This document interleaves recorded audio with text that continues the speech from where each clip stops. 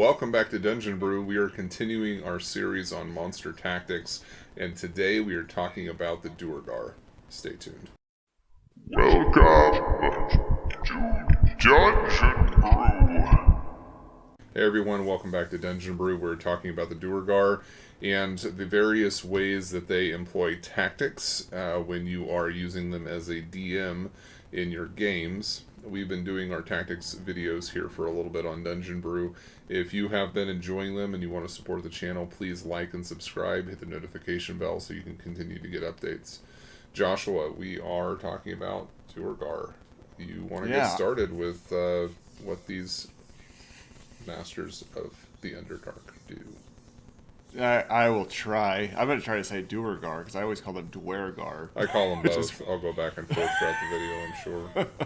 So if that word is hard for any of you, I think you can also call them Grey Dwarves, which I sometimes do as well. That I imagine that's probably more of just a broad term for them. But the Duergar are the brainchild of mind flayers, and they carry a lot of the traits from being enslaved by mind flayers for a long period of time in their history, and that is going to play into some of their tactics that they utilize. It probably explains a little bit of their negative nature as well, which we're going to be talking about a little bit, just in terms of just how hateful these Grey Dwarves are.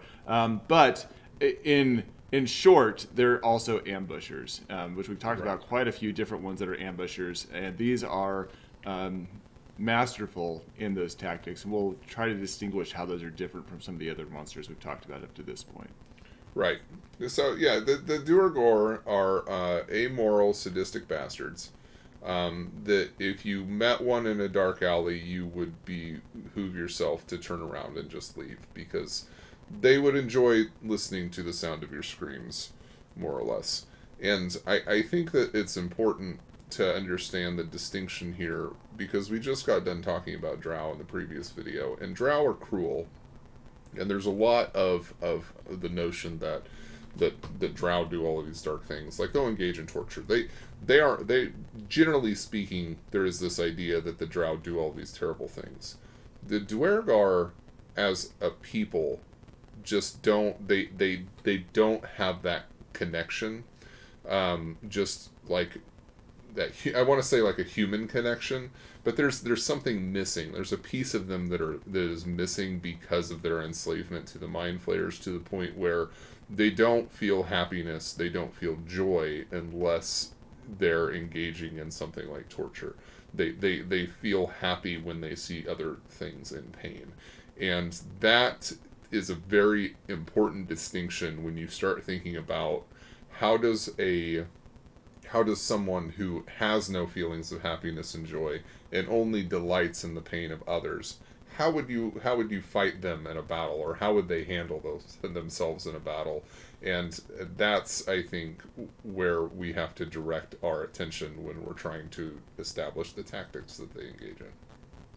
And the other thing to probably point out before we dive into these tactics is that Duergar do have goals, things that they want to accomplish, but more often than not, their desire to fulfill those goals does not supersede their desire to see others in pain.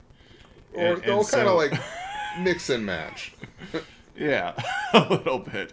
But it's knowing that like they're not just like out just willy-nilly doing things. There are things they're trying to accomplish, but the accomplishment of that sometimes takes the back seat to their sudden realization that they can accomplish causing severe torment and trauma to those around them. And they're like, well, I could go and get enough slaves to go build up this, X, Y, and Z in my stronghold, but I could also drop this rock on them and squish them all, and that's going to be pretty funny. Especially if they don't quite die all the way, and you get to listen to them scream and die for like 15 minutes or an hour.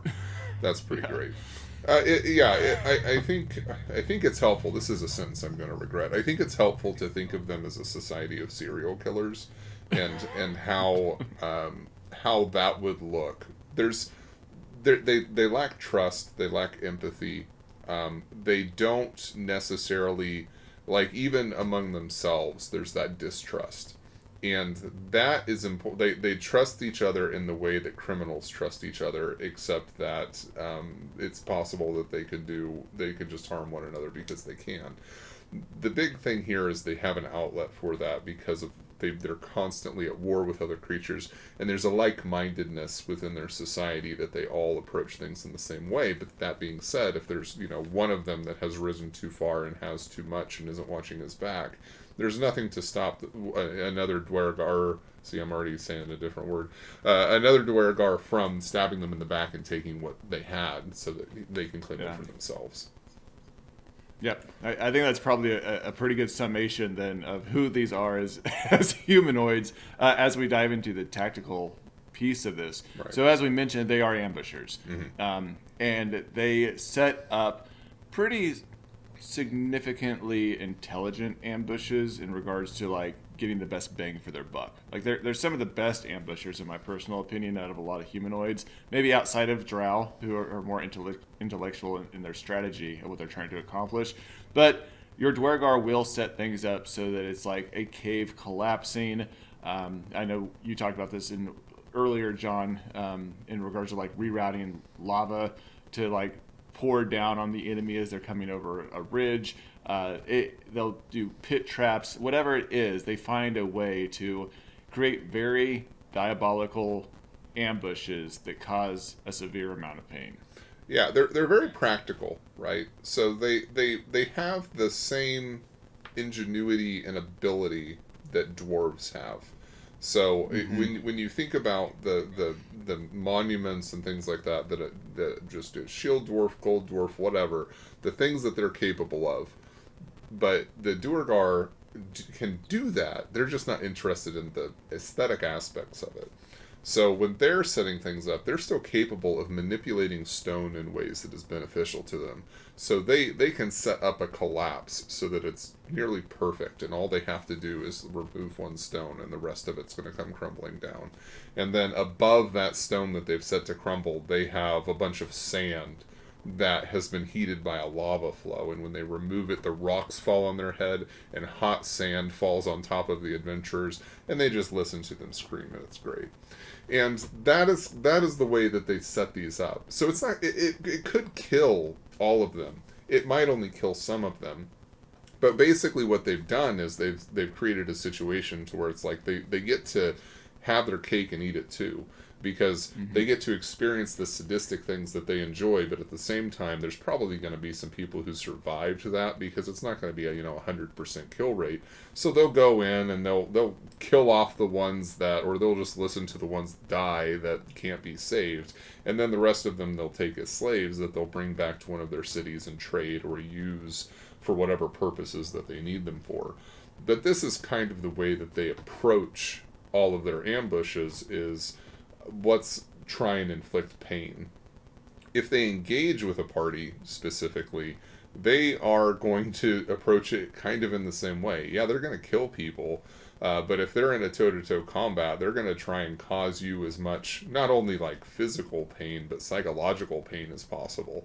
They're going to make a point to smash your familiar's head in, or to gut your animal companion in front of you, because they want you to experience that terror and that fear and that pain that is associated with personal loss. So yeah, they're bastards. Some specific things with the Duergar too, if you are going in toe to toe, is remembering their origins and where they come from, and how that makes them unique as combatants on the battlefield if you do get into that toe to toe. For instance, they primarily issue out things like psychic damage if they're the magic users that are in the group. They also have the ability, I think, to go invisible.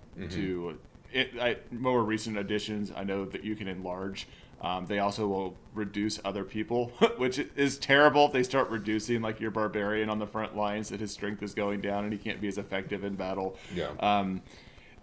So there's some magical aspects into that.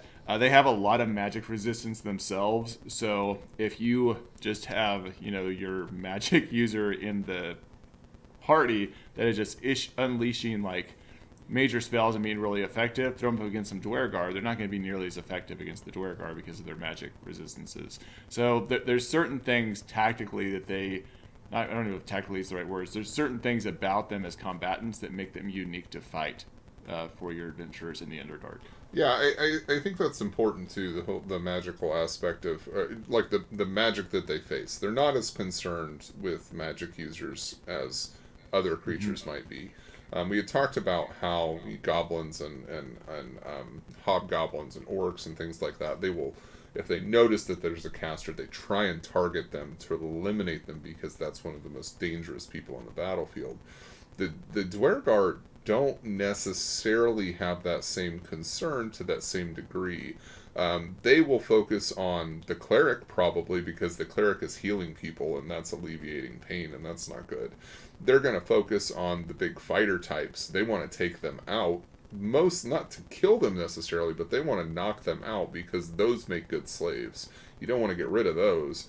But as far as like the casters in the party, the arcane casters, they're not causing a whole lot of a lot of the magic is not going to land. If it starts landing, it starts causing the problems. Yeah, let's deal with it. But that is not the primary target as it is with many other creatures that the party faces. Yeah.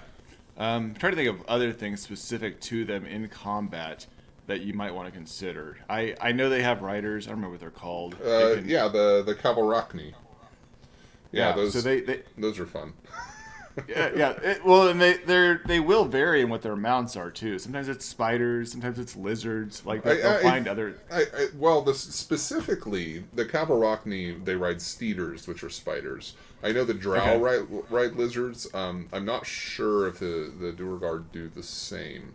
But I think that the 𝐃𝐨𝐬𝐤𝐞 are pretty cool. This is something that's been around as part of the Duergar repertoire for a long time.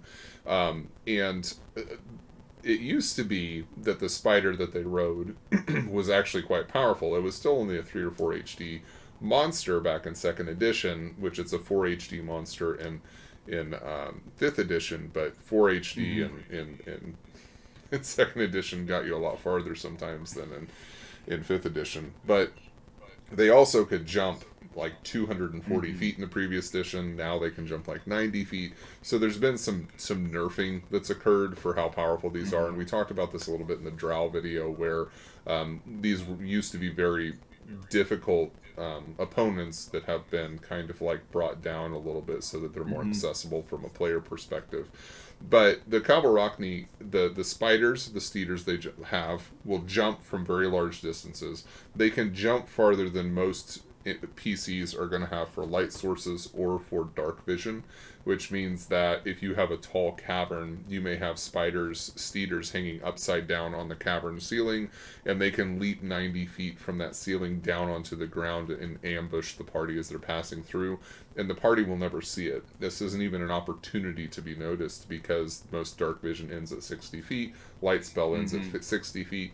Torches don't go more than I don't know if it's 20 or 30 or whatever it is now, but there's very limited distance for all of their light sources, so they don't see them. Meanwhile, the Duergar benefit from having that extended dark vision range, and they can just watch anybody pass through this channel that they're waiting for people to come in on. So in terms of an ambush, they're like, oh, they're all here, and they just release the spiders and drop down on top of them, and it can be pretty terrifying because there's no notification whatsoever. And then you can start using things like surprise rounds with the Duergar, and there's really no opportunity for the party to have any notification of it. Yeah, I love that visual. I don't have anything else to add after that. So just kind of like here in summation here, their ambush, we've talked about a bunch of different ambush humanoids that are making use of the terrain in beneficial ways in order to gain whatever it is that they want to gain. The Duergar mostly are interested in slaves. They're interested in gear. They may do this type of activities in warfare because they're almost constantly at war with either the Drow or the Deep Gnomes or something in the Underdark, because they're very restless and they're also very cruel and they enjoy being violent. So if they can be violent, they will be. They will attack parties with no larger goals in mind. Like you said, they may have goals, but if they see a party and they look like a fun target to go kill, they'll just go kill them because they can, which I think is interesting. they have all of the dwarven abilities in terms of their understanding of stone and that type of stuff. So they're capable of building. They're capable of setting up complex, intricate traps in caverns and in worked stone areas that are going to be almost impossible to locate or find. They're going to have pit traps that drop you into acid or fire or lava flows or whatever it is. And they'll set up the traps with no goal in mind other than to just watch people fall into it too. Set up the stone trap in the middle of the floor that's a pitfall that lands you in lava and does the 10d10 damage or whatever it is and instantly kills the entire party. They don't care. So I think that it's very interesting to have them as an opponent if you have an adventure in the Underdark that gives you a bunch of opportunities to, I guess, just let out the meaner side of who you are as an individual and see what happens. I always actually want to go run an evil campaign with all my players being Duergar. Yeah. All right, well, that's what we have for you today on Dungeon Brew. Let us know what other monsters you'd like us to talk about. I think we might be talking about some undead here pretty soon, so we're going to be going that route with some of our videos. But let us know what you'd like us to talk about. And if you have any really great memories about campaigns that you've ran with Duergar or experiences you've had with encounters with Duergar, let us know in the comments below. We'll see y'all next time. Dungeon Brew.